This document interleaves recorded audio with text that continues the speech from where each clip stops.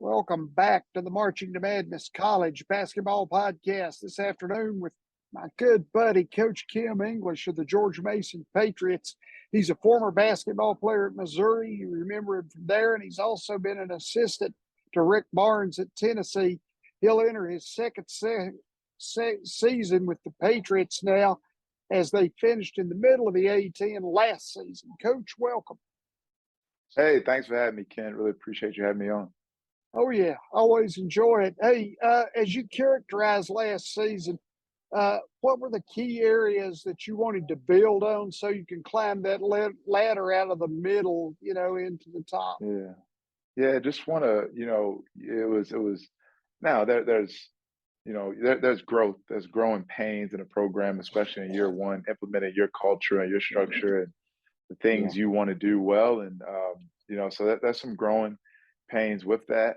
And it was a disappointing season for us. Any season that we're not competing in the NCAA tournament is going to be a disappointment for us. We try to build every roster with that in mind. We recruit with that in mind, and that's always our the place we want to be.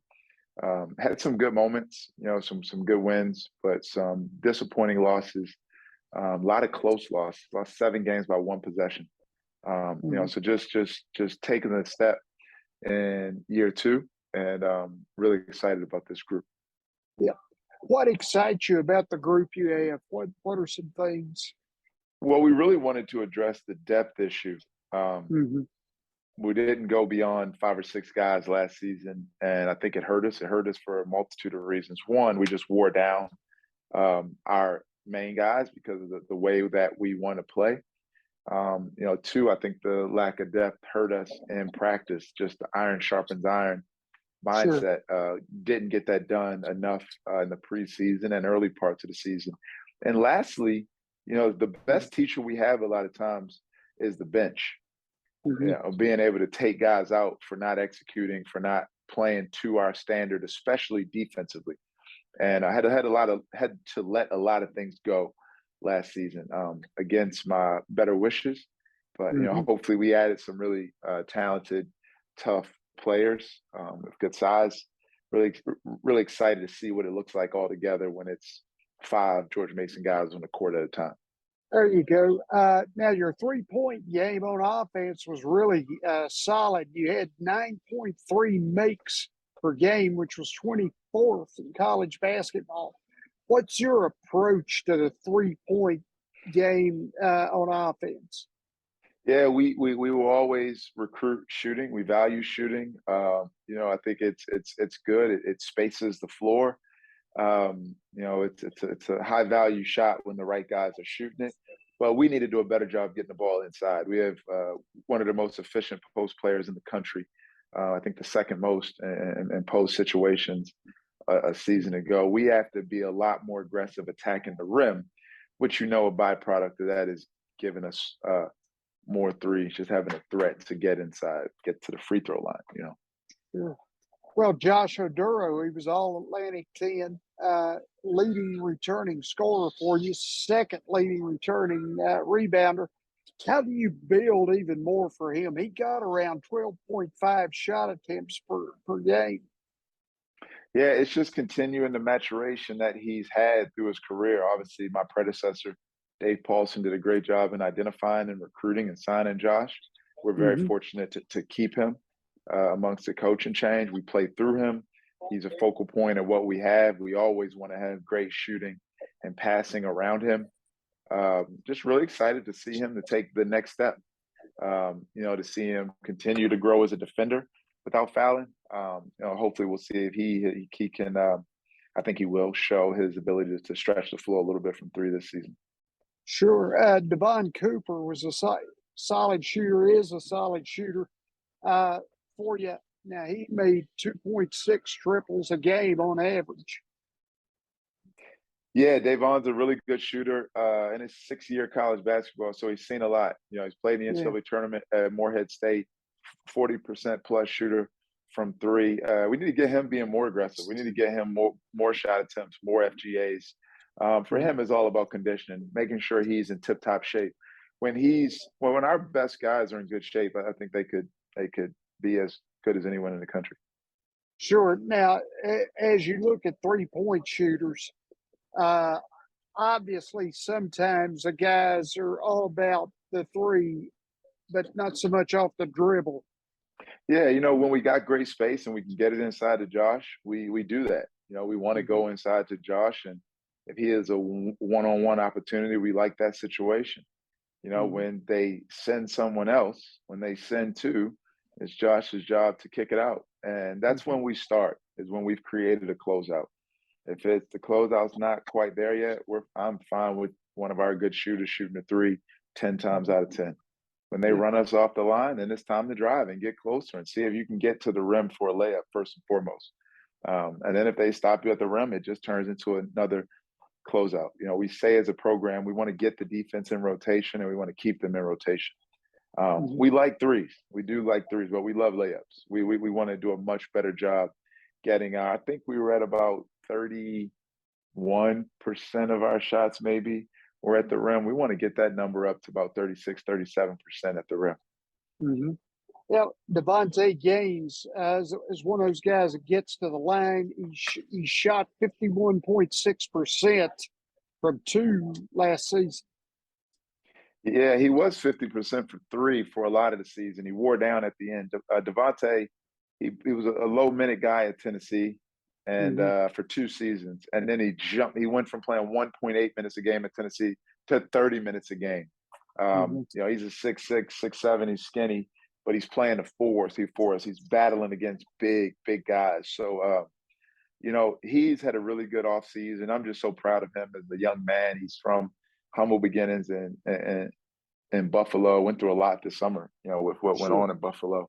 Oh yeah. But I'm really excited to see the next step for Ticket. For Ticket, yeah. Now Victor Bailey Jr. is another player that transferred over from Tennessee. He's 106 points away from his 1,000th point as a Division I player. Yeah, he'll get it. He'll get it. The COVID year got him to he should have got it last year. He took a step back. He was a double-digit scorer 2021 at Tennessee. Took a step back last season. And hopefully he can return to form. I think he will. Another one of those older guys. He's played in 3 NCAA tournaments. He's won multiple conference tournament championships. Really excited for VJ to kind of fill some of the void that Deshaun Schwartz left behind. In a bit of a different way. He's not as big as Deshaun, but he's faster, quicker. Probably a little bit of a better defender. Now he started at Oregon, right? Started at Oregon, 2 seasons at Oregon, 3 seasons at Tennessee. There you go. Good. And another 6-season player. That's good. It's good. Now you picked up Justin Fernandez, and I know he's a solid player. I think he was according to ESPN, the 70 to 75th player or something like that. He's the highest rated recruit by George Mason since 2011. What's he going to bring you right away? Well, he's incredibly talented. Really, but like any freshman, he's learning, how to play hard consistently, how he's learning our standards and what we value. But his upside is tremendous, and we're really, really, really excited about Justin. What's great is he's on a team with all these old guys, so he's going to get to grow at his own pace. No pressure. He's going to be a really good player for George Mason basketball over the years. That's good. Again, you were talking about building your bench. It's up to the guys. That's up to our players. Obviously 5 guys are going to start. And how deep we go into the bench is up to our guys. We have the talent to go 10, 11. So how deep we go is about them, how hard they continue to compete with each other in practice. And ultimately, once the scrimmages and games start, it'll come down to production. The guys who produce, the guys who impact winning, the guys who defend, take care of the ball, and are efficient will play the most. Now, obviously, you went into the Atlantic 10, from, I think, the SEC. What's been your approach or your vision of the A10? Obviously positive, but how's it positive? Yeah, no, it's a great league. I mean, walk into a league with, Bob McKillop, Yeah. and Anthony Grant, Yeah. and Oh yeah. we just added an SEC head coach and Frank Martin, SEC and Big 12 head coach and Frank Martin. Archie Sure. Miller comes back from the Big Ten, who was dominant at Dayton when he was in this league. Fran Dunphy joins the Yeah. league. So really good coaches, really good history in these programs. Obviously, what Chris Mooney did at Richmond last season, winning the conference tournament championship, winning a game, beating Iowa, beating the champion of the Big Ten in the first round of the NCAA tournament. So it's not much different from a basketball standpoint from the Atlantic 10 or the SEC or the Pac-12 or the Big 12, any other leagues I've been in. The only difference is the one and done talent. It's DeAndre Ayton's not walking around, right? Tyrese Maxey's not walking around. Yeah. But the freshmen are still really good. I still think that the young players in this league are NBA players.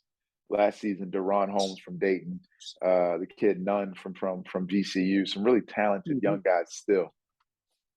Now, when you look at so many new coaches in a league, when do you start looking at what they did in the past? Yeah, I watch them as the season goes along. I think what they did in the past is one thing. I think these coaches are really, really good.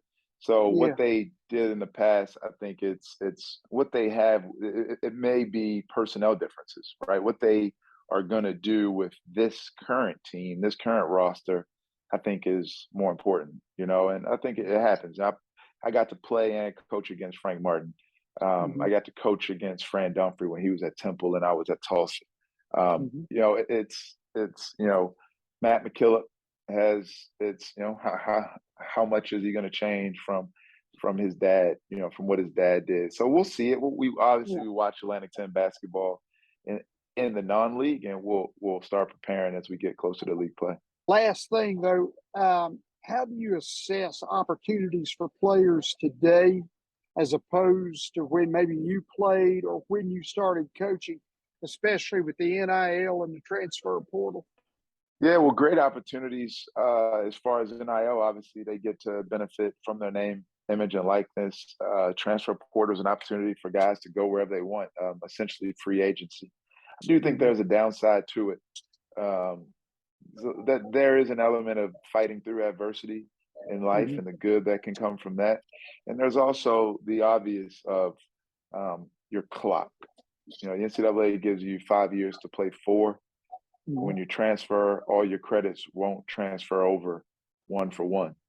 So we're potentially entering a space where we're going to have athletes exhausting their playing eligibility, but not completing the requirements to graduate. I think that'd be disappointing. Especially with a large demographic of college athletes coming from some underserved communities. I think the value of an education and a degree is huge. Yeah, that's what I think too.